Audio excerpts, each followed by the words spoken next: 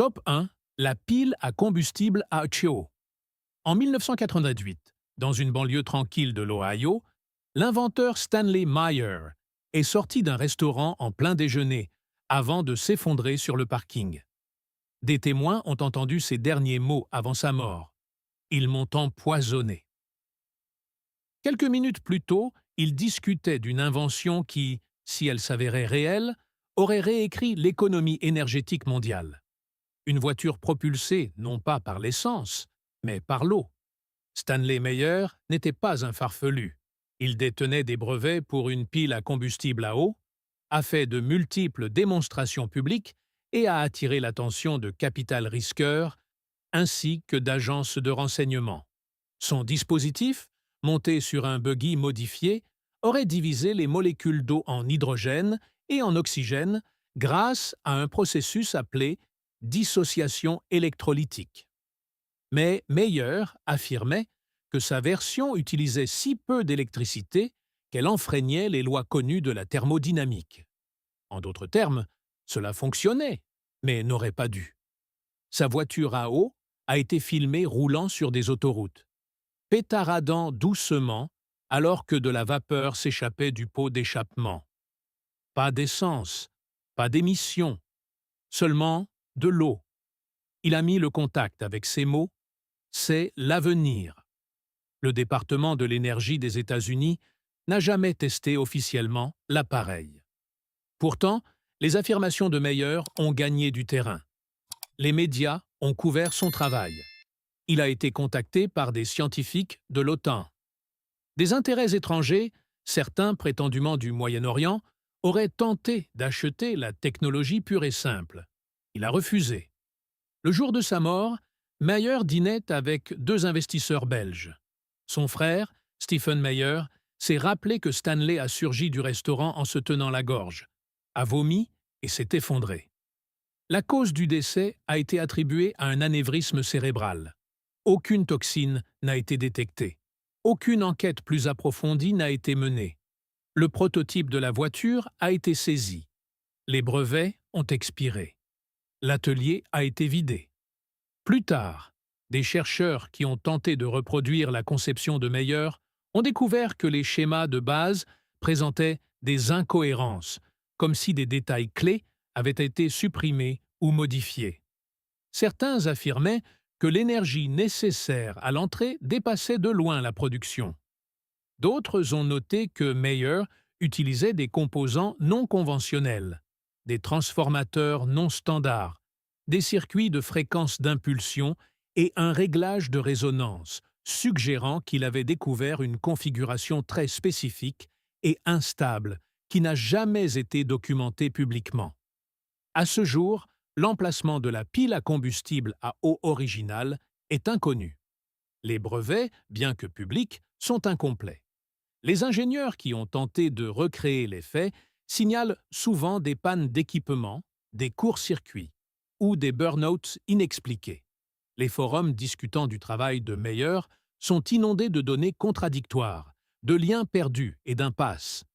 Si Stanley Meyer avait réellement inventé un moyen de faire fonctionner des moteurs à l'eau, cela aurait rendu l'industrie pétrolière obsolète, déstabilisé le pouvoir géopolitique et restructuré l'économie mondiale du jour au lendemain.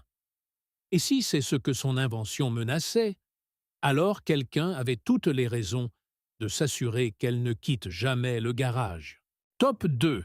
Le rappel des voitures électriques. En 1996, sous une sécurité renforcée et un rare sentiment d'optimisme, General Motors a lancé l'EV1, le premier véhicule électrique de série au monde. Elle était profilée, silencieuse et en avance de plusieurs décennies sur son temps.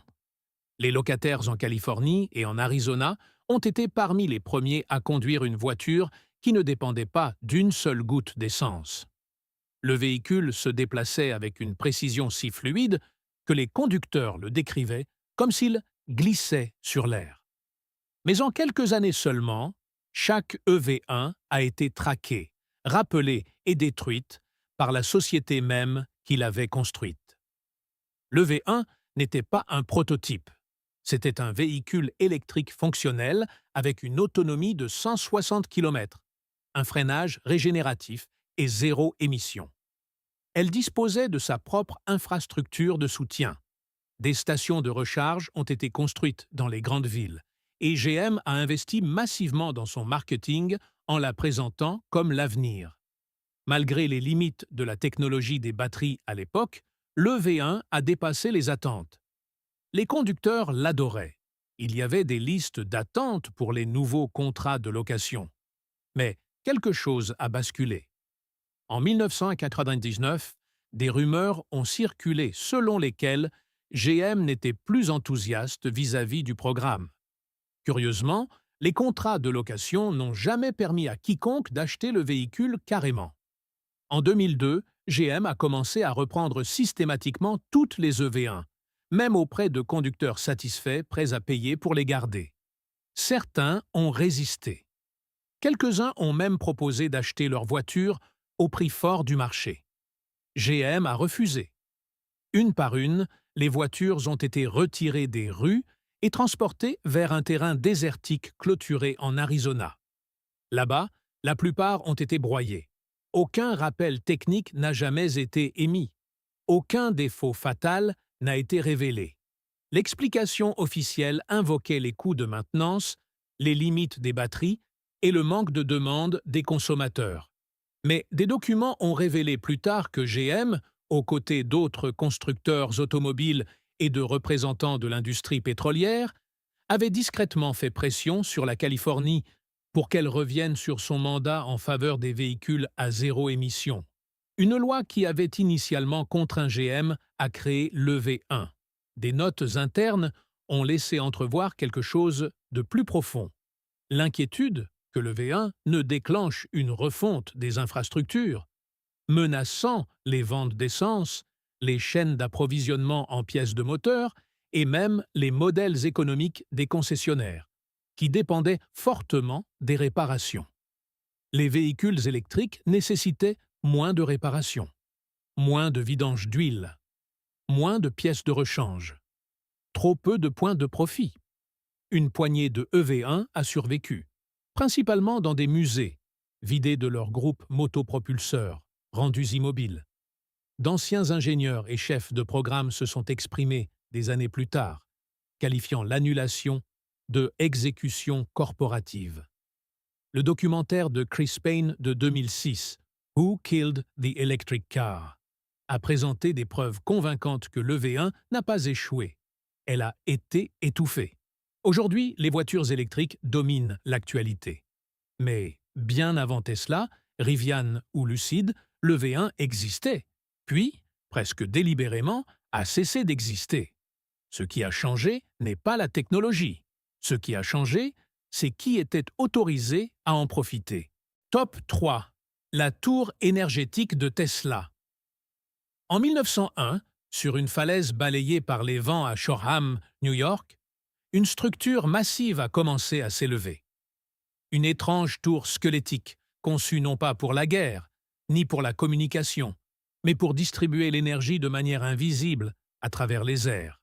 Au centre du projet se trouvait Nikola Tesla, l'inventeur brillant et erratique qui affirmait avoir découvert un moyen de transmettre une énergie électrique illimitée, sans fil. Il l'appelait la tour de Wardenclyffe. Il disait qu'elle pourrait éclairer le monde entier.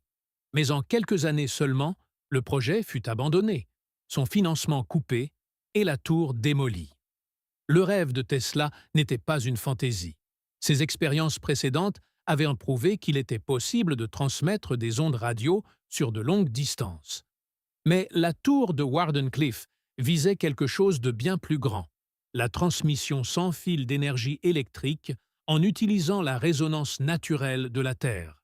Le dôme en cuivre de la tour, les tiges de mise à la terre enfouies et les bobines haute tension n'étaient pas de simples curiosités architecturales.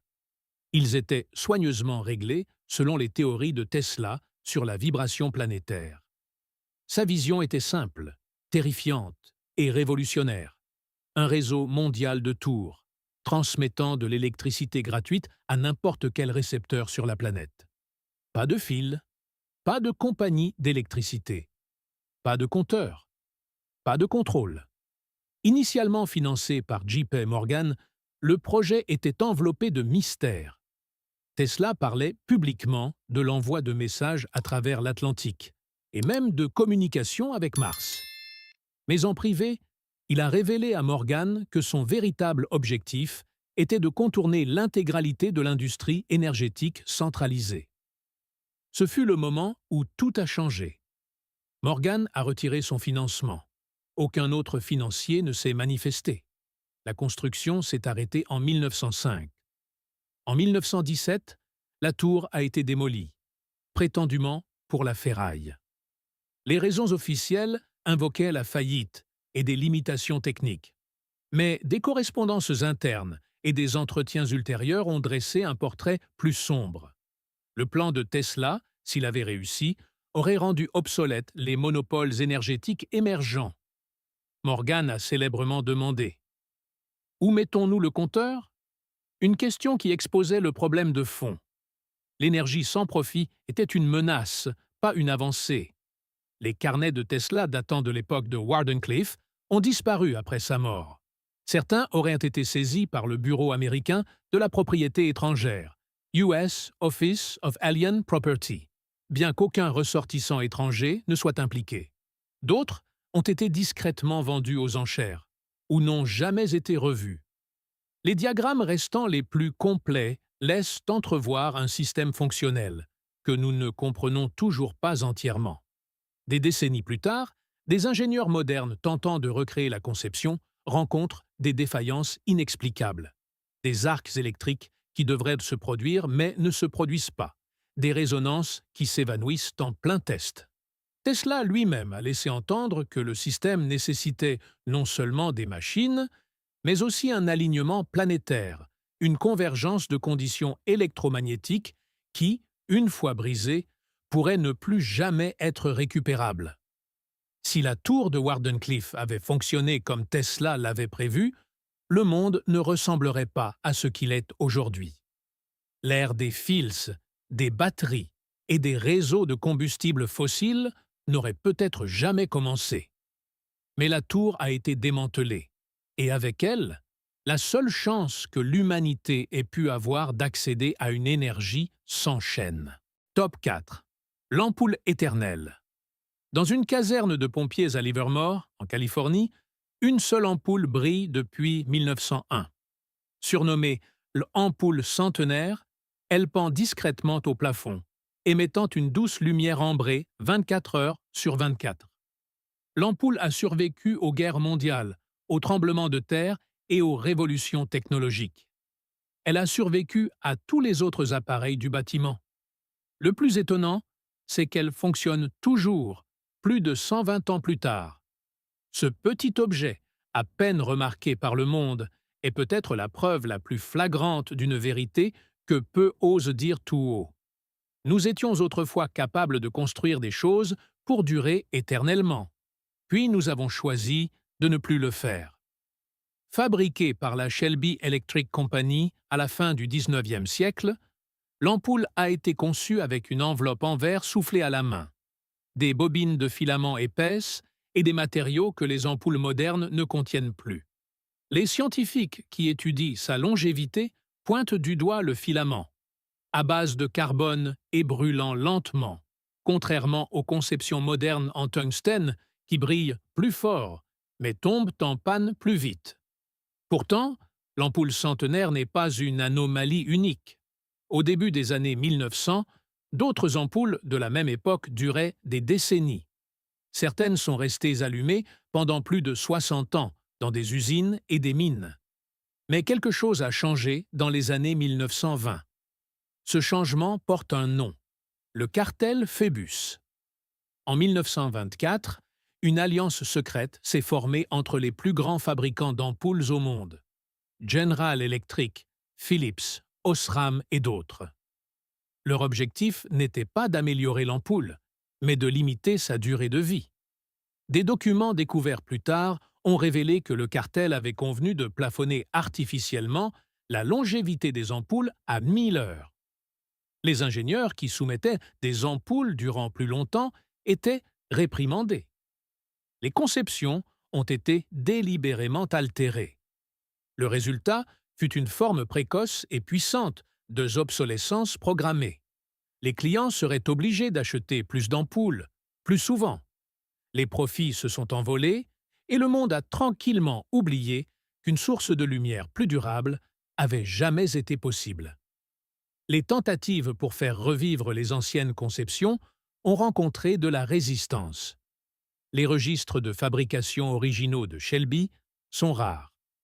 Les laboratoires qui ont procédé à l'ingénierie inverse de la composition de l'ampoule centenaire ont découvert une formule incompatible avec les méthodes de production de masse modernes, non pas parce que les matériaux sont rares, mais parce qu'ils ne correspondent pas aux chaînes d'approvisionnement et aux modèles économiques basés sur le remplacement constant. L'ampoule centenaire brille toujours.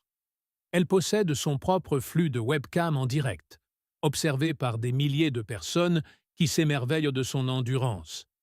Mais son existence soulève une question glaçante. Si nous savions autrefois comment construire quelque chose pour durer plus d'un siècle, qu'avons-nous appris d'autre, puis enterré au nom du contrôle? Top 5. Le purificateur d'air de l'Est.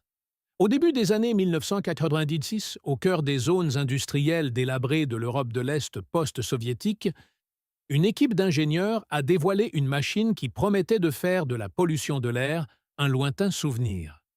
Mise au point en secret par un groupe d'anciens scientifiques militaires dans la périphérie de Cracovie, en Pologne, l'appareil était petit, de forme cubique et totalement silencieux.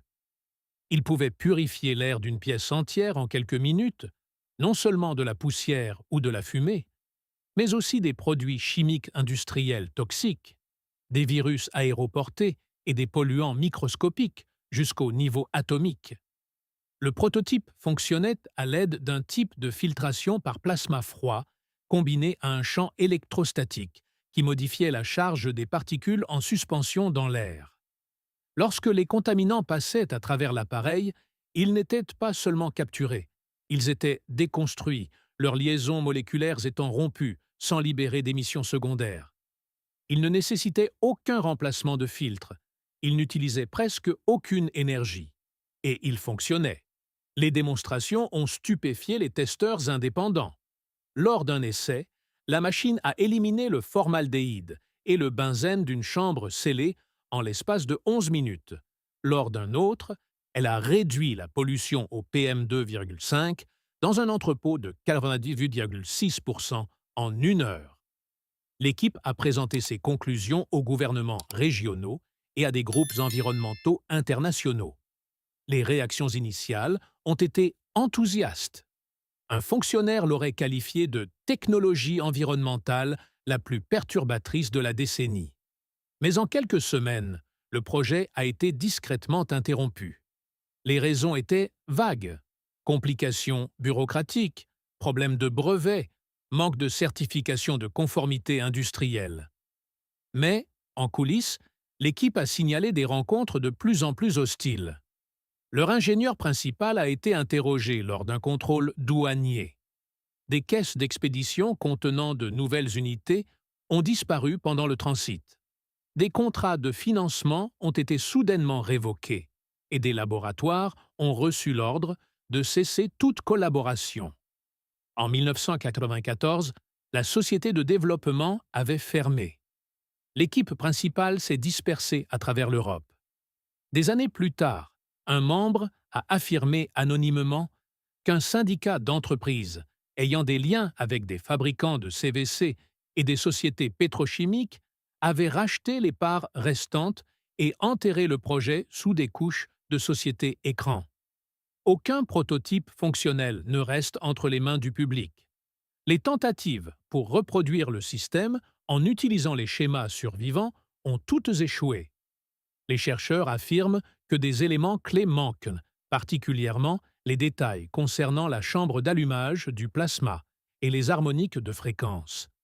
Des rumeurs circulent, selon lesquelles certains matériaux utilisés dans la construction originale aurait été restreint après 1995, invoquant des préoccupations de double usage, en vertu des lois d'exportation européennes. Curieusement, certains documents survivants mentionnent des applications médicales pour cette technologie, suggérant qu'elle pourrait stériliser des chambres d'hôpital, neutraliser des agents pathogènes aéroportés et stopper la transmission d'épidémies virales. Aucune de ces utilisations n'a jamais été explorée. Dans un monde qui étouffe sous le smog urbain, qui subit des pandémies respiratoires et combat des taux d'asthme croissants, l'absence d'une telle technologie ressemble moins à une perte qu'à un effacement. Si nous avons un jour détenu la clé pour nettoyer complètement l'air, pourquoi nous a-t-elle été retirée? Et plus important encore, qui a décidé que nous n'étions pas autorisés à le respirer? Top 6. Le moteur à énergie du vide. En 1983, dans une banlieue tranquille de Toronto, un ingénieur indépendant nommé Troy Urtubise a affirmé avoir construit un petit moteur capable de fonctionner indéfiniment, sans carburant, sans électricité et sans combustion, mais grâce à la manipulation contrôlée de la pression du vide. Le prototype, une curieuse boîte faite de bobines de cuivre, d'aimants et de plaques de titane, n'était pas plus grand qu'une boîte à chaussures. Une fois activé, il émettait un doux bourdonnement et commençait à faire tourner un volant d'inertie connecté sans aucune source d'énergie externe. C'était, selon son créateur, un générateur d'énergie autonome, et il terrifiait tous ceux qui le voyaient fonctionner. Urtubise n'avait aucun soutien d'entreprise, aucune affiliation universitaire et aucune équipe juridique. Ce qu'il avait, c'était une obsession pour les champs magnétiques et une compréhension profondément hétérodoxe de la physique. Il a appelé sa création le moteur Angel Light, un terme inspiré par sa conviction qu'il exploitait des forces naturelles pas encore comprises par la science traditionnelle. Il l'a construit en utilisant des composants provenant de surplus militaires et d'appareils d'IRM mis au rebut. Pour la plupart, cela ressemblait à un projet de foire scientifique bizarre. Mais lorsqu'il a invité des journalistes et des ingénieurs à observer, quelque chose d'inexplicable s'est produit. Le moteur s'est mis en marche et ne s'est plus arrêté. Des témoins ont rapporté que l'appareil non seulement s'auto-alimentait, mais pouvait produire suffisamment de couple pour entraîner des systèmes mécaniques. Urtubise affirmait que le moteur fonctionnait en créant une chambre d'inversion de vide, où des champs magnétiques opposés généraient une pression différentielle constante, imitant l'énergie du vide censée exister dans l'espace lointain. C'était, par essence, une machine qui empruntait de l'énergie au néant et en rendait plus qu'elle n'en prenait. Peu après sa démonstration publique, Urtubise a reçu la visite de ce qu'il a décrit comme des « hommes en costume ». Il a été interrogé sur son passé, la source de ses matériaux et s'il avait l'intention de vendre ou de breveter l'invention. Une semaine plus tard, son atelier a été réduit en cendres dans ce qui a été qualifié d'incendie électrique, malgré le fait que le bâtiment n'ait eu aucun raccordement au réseau et aucune alimentation active à ce moment-là. Aucun vestige physique du moteur n'a survécu à l'incendie. Urtubise a tenté de reconstruire, mais a signalé une surveillance croissante, des interférences avec ses expéditions et des actes de vandalisme répétés. Il s'est retiré de la vie publique, réapparaissant plus tard avec de nouvelles inventions, notamment une armure pare-balles et des dispositifs électromagnétiques, mais n'a plus jamais discuté du moteur à vide. En 2018, il est décédé dans un mystérieux accident de voiture. Les sceptiques rejettent l'histoire comme une pseudoscience classique, un bricoleur trop ambitieux poursuivant une physique impossible. Mais d'autres soulignent la cohérence de ses affirmations, les témoignages corroborés et le timing suspect de l'incendie. Le moteur à vide n'a jamais fait l'objet d'une analyse formelle, mais son souvenir reste un symbole de ce qui aurait pu être. Une source d'énergie sans pollution, sans infrastructure, sans contrôle. Si l'énergie du vide existe réellement, et si quelqu'un a jamais appris à la harnacher, Qu'arriverait-il à chaque industrie construite sur la rareté?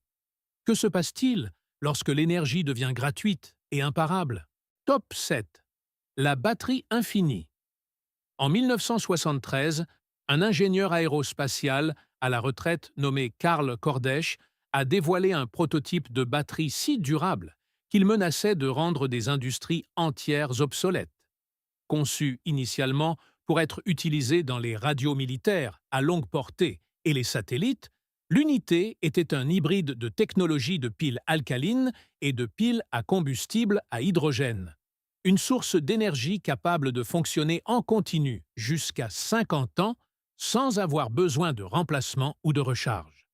Elle était légère, rechargeable et d'une efficacité choquante. Mais après quelques tests discrets et une couverture médiatique modérée, le projet fut enterré sous des décennies de silence. Kordesch avait déjà joué un rôle déterminant dans le développement de la première pile alcaline et avait travaillé sur les premières piles à combustible pour la NASA. Sa percée est venue de la fusion de la stabilité chimique du dioxyde de manganèse alcalin avec un système d'hydrogène en boucle fermée, permettant à la batterie de se régénérer pendant son fonctionnement.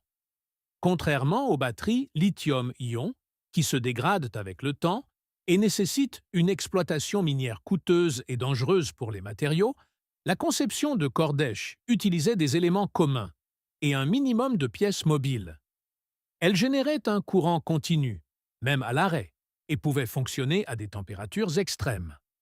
Lorsqu'il a présenté la batterie à des régulateurs de l'énergie et à des partenaires industriels, la réponse a été tiède. Un représentant d'un grand fabricant d'électronique aurait déclaré « Cette batterie durerait plus longtemps que n'importe lequel de nos produits. Ce n'est pas viable pour nous. » Aucun accord de licence n'a été signé. Aucun autre contrat d'essai n'a été attribué. Et malgré son potentiel à révolutionner l'électronique personnelle, les transports et même les voyages spatiaux, la conception a été mise au placard. Des documents provenant des archives personnelles de Kordesch, rendus publics plus tard par sa succession, montrent qu'il avait proposé la technologie à de multiples gouvernements et entreprises.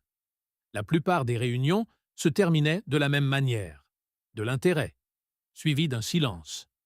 On l'a encouragé à se recentrer sur des solutions plus commercialement viables, c'est-à-dire des produits nécessitant un remplacement régulier.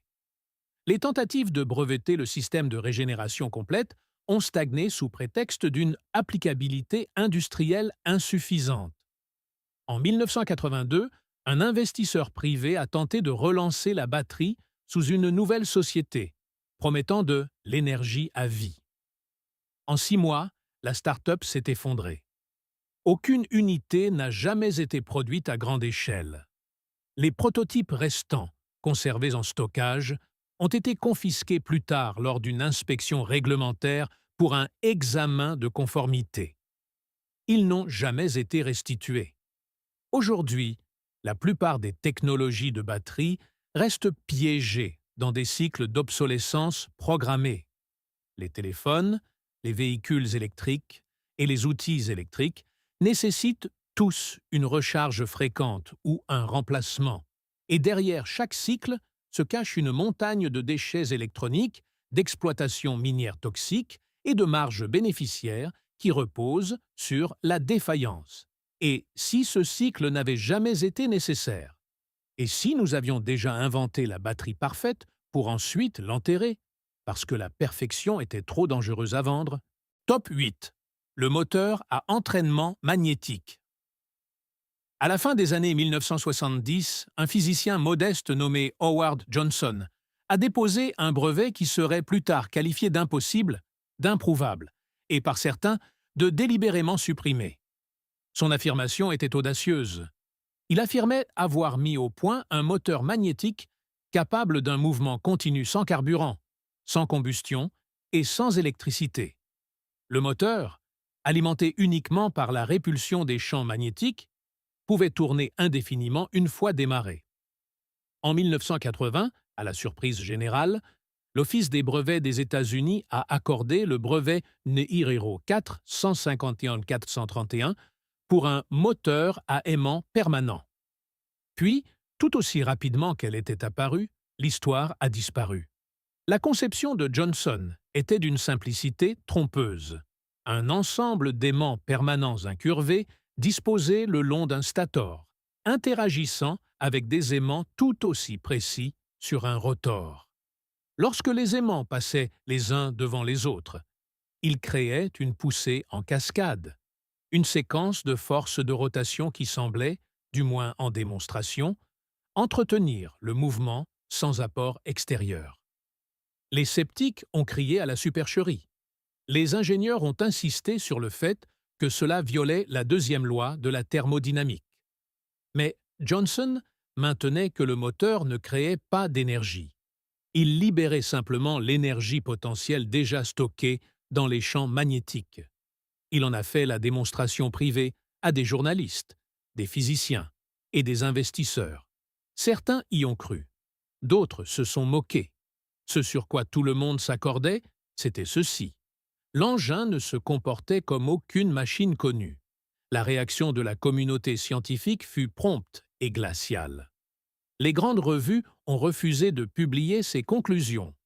Les laboratoires qui ont tenté de reproduire son travail ont soit échoué, soit signalé des interférences inexplicables dans leurs installations, des perturbations du champ magnétique, une démagnétisation spontanée ou une instabilité du mouvement. Certains ont spéculé que le moteur nécessitait des matériaux ou des alignements si précis que la reproduction était impossible sans accès à l'atelier original de Johnson. À mesure que l'intérêt grandissait, Johnson s'est retrouvé sous une pression croissante. Des contestations juridiques ont émergé concernant la portée de son brevet. Plusieurs entreprises qui avaient exprimé leur intérêt pour l'achat d'une licence se sont brusquement retirées. Un collaborateur a rapporté que des offres avaient été faites pour acheter et enterrer le brevet pour une somme qui assurerait le silence de Johnson. Il a refusé. À la fin des années 1980, Johnson était à court de financement. Sa santé a décliné. Il a donné de moins en moins d'entretiens. Dans l'une de ses dernières déclarations enregistrées, il a dit « Ils n'ont pas eu besoin de prouver que j'avais tort. Ils ont juste eu besoin de tenir plus longtemps que moi. » Il est décédé en 2008, son moteur n'ayant jamais été construit à l'échelle commerciale, laissant derrière lui des archives de brevets à moitié oubliées et des documents techniques dispersés. À ce jour, l'idée d'un moteur magnétique reste taboue dans les cercles scientifiques, étiquetée comme pseudoscience ou conspiration, malgré l'existence officielle du brevet. Mais si Johnson avait raison, ne serait-ce qu'en partie, son invention aurait pu débloquer l'une des dernières sources inexploitées d'énergie mécanique, silencieuse, propre et échappant au contrôle des entreprises. La question demeure donc, son moteur a-t-il vraiment brisé les lois de la physique ou a-t-il brisé quelque chose de plus sacré, les lois du profit? Top 9. Le convertisseur de déchets en carburant. En 2003, au fond d'un entrepôt à la périphérie de São Paulo, au Brésil, un petit groupe d'ingénieurs a dévoilé un prototype qu'ils pensaient capable de mettre fin à deux crises mondiales à la fois, la pénurie d'énergie et la pollution par les déchets. Leur invention, de la taille approximative d'un conteneur d'expédition, pouvait convertir les ordures ménagères courantes en un carburant de haute qualité à combustion propre. Pas de fumée, pas d'émissions, pas de sous-produits toxiques, juste des ordures à l'entrée, de l'essence à la sortie. Le processus qu'ils utilisaient était une innovation jalousement gardée, basée sur la dépolymérisation thermique, améliorée par des catalyseurs exclusifs et des chambres à haute pression. Contrairement à l'incinération ou à la pyrolyse de base, leur système pouvait décomposer les matières organiques et synthétiques au niveau moléculaire, réassemblant les chaînes de carbone en un carburant utilisable, avec une efficacité de conversion de plus de 80%. De vieilles chaussures, des bouteilles en plastique, même des déchets alimentaires, tout pouvait être transformé en un carburant liquide clair, indiscernable de l'essence commerciale. Ils ont appelé leur projet Project Gaia. Les premières démonstrations ont attiré l'attention des politiciens locaux, des groupes environnementaux et des médias internationaux. Un test a permis d'alimenter un générateur diesel pendant 48 heures en utilisant uniquement du carburant dérivé de déchets urbains mixtes. Un autre a produit un carburant plus propre que celui qui passait les normes réglementaires du Brésil. La technologie n'était pas seulement prometteuse, elle fonctionnait, et puis, soudainement, elle a disparu. Moins de 2 mois après la diffusion d'un segment d'information virale sur une chaîne nationale, l'installation a été perquisitionnée. Les autorités ont invoqué des violations des licences de traitement environnemental. Les machines ont été confisquées pour inspection. Les permis ont été suspendus. Aucune arrestation n'a été effectuée. Aucune accusation n'a été déposée. Et aucune explication n'a été donnée. Les ingénieurs derrière le projet Gaïa ont disparu de la scène publique. L'un d'eux se serait installé en Uruguay. Un autre est apparu plus tard, travaillant dans le développement de logiciels sans rapport. Les demandes d'entretien ont été déclinées. Les tentatives pour localiser le prototype confisqué se sont heurtées à des documents caviardés et à des impasses réglementaires. Une demande d'accès à l'information déposée par un journaliste indépendant des années plus tard a mis au jour des notes internes entre des agences gouvernementales et des entreprises énergétiques privées. Une note, datée de quelques semaines avant la perquisition, mettait en garde contre des dispositifs de synthèse de carburant perturbateurs posant une menace pour les infrastructures existantes. Une autre suggérait des stratégies de confinement pour les technologies contournant les modèles de raffinage traditionnels. Aujourd'hui, le problème des déchets n'a fait que s'aggraver. Les décharges débordent, le plastique étouffe les océans, et les prix de l'énergie continuent de grimper. Pourtant, peu se souviennent de la machine brésilienne qui semblait résoudre les deux problèmes. Les sceptiques disent que le système avait probablement des défauts non divulgués, que le passage à l'échelle industrielle aurait pu introduire des émissions dangereuses ou des réactions instables. Mais l'absence de données, le silence de ses créateurs et la suppression rapide et complète d'un prototype fonctionnel soulèvent des questions plus sombres. Et si les ordures pouvaient être de l'or et que quelqu'un avait décidé que le monde n'était pas prêt pour ce genre d'alchimie? Top 10. Le scanner de prédiction des maladies. En 2009, dans un modeste laboratoire de recherche médicale à Genève, un groupe d'ingénieurs biomédicaux a mis au point un appareil ne ressemblant à rien de ce que l'on voit dans les diagnostics conventionnels. De la taille d'une boîte à chaussures, ce prototype pouvait scanner le champ électromagnétique d'une personne et détecter des anomalies cellulaires bien avant l'apparition des symptômes. Il ne reposait pas sur les rayons X, les échantillons de sang ou les IRM. Au lieu de cela, il cartographiait les signatures de biofréquences, les comparant à une vaste base de données de marqueurs de maladies. Les résultats, lors des premiers tests, étaient d'une précision déconcertante. L'équipe derrière le projet l'a appelé Neuroscope. Lors d'essais cliniques avec des patients en phase terminale, l'appareil a systématiquement identifié la présence de tumeurs malignes des semaines, et dans certains cas des mois, avant qu'elles ne soient visibles par imagerie. Pour les troubles neurologiques, il a détecté les stades précoces de Parkinson et d'Alzheimer, en se basant sur des changements subtils de la résonance neurale. Dans des environnements contrôlés, il a même signalé des conditions chroniques chez des sujets qui n'avaient pas encore été formellement diagnostiqués. Le principe sous-jacent n'était pas entièrement nouveau. Pendant des décennies, des chercheurs marginaux avaient spéculé que le corps humain émet un champ électromagnétique unique influencé par sa santé interne. Mais le neuroscope a été le premier à quantifier et à interpréter ces fréquences en utilisant l'apprentissage automatique, le biofeedback et des capteurs ultrasensibles capables d'enregistrer des écarts dans les modèles harmoniques du corps. Des hôpitaux en Suisse et en Allemagne ont commencé discrètement à demander des unités pilotes. L'Organisation mondiale de la santé en a pris note. Un cadre de l'industrie pharmaceutique, ayant assisté à une démonstration, aurait demandé, si cela fonctionne, pourquoi quelqu'un aurait-il besoin de dépistage de routine? Cette question a peut-être scellé le sort de l'appareil. Quelques semaines plus tard, la licence de recherche de la société a été suspendue dans l'attente d'une enquête sur des irrégularités de données. Leurs serveurs ont été saisis. Leur ingénieur principal, un ressortissant roumain, a été expulsé pour violation de visa. Tous les contrats de fabrication ont été annulés. Les déclarations publiques invoquaient des inquiétudes concernant la précision médicale. Mais aucune réfutation concluante n'a jamais été émise. Le neuroscope a disparu, avant même d'atteindre le marché. Les tentatives de relancer le projet par des investisseurs privés ont échoué. Les droits de la technologie de base ont été acquis par une société écran et sont depuis restés inactifs.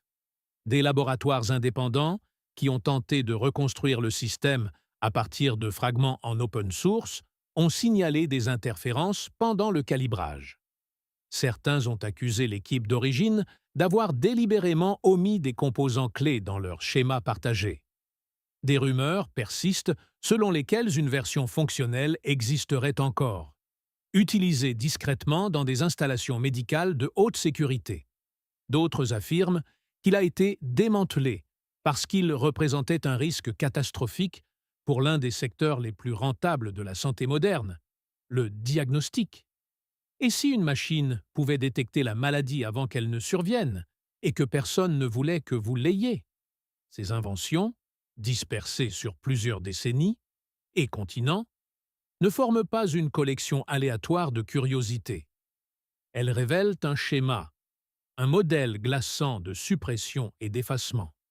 Ce n'étaient pas des canulars, ce n'étaient pas des expériences ratées, c'étaient des systèmes fonctionnels, démantelés, non pas par les lois de la nature, mais par les mains d'hommes qui voyaient trop loin, construisaient trop bien et menaçaient de transférer le pouvoir de quelques-uns vers le plus grand nombre.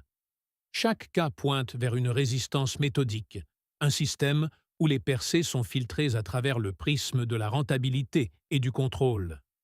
De l'énergie sans fil de Nikola Tesla aux générateurs alimentés par les déchets au Brésil, ces innovations n'ont pas été évaluées par leur potentiel à aider l'humanité, mais par le danger qu'elles représentaient pour les hiérarchies établies.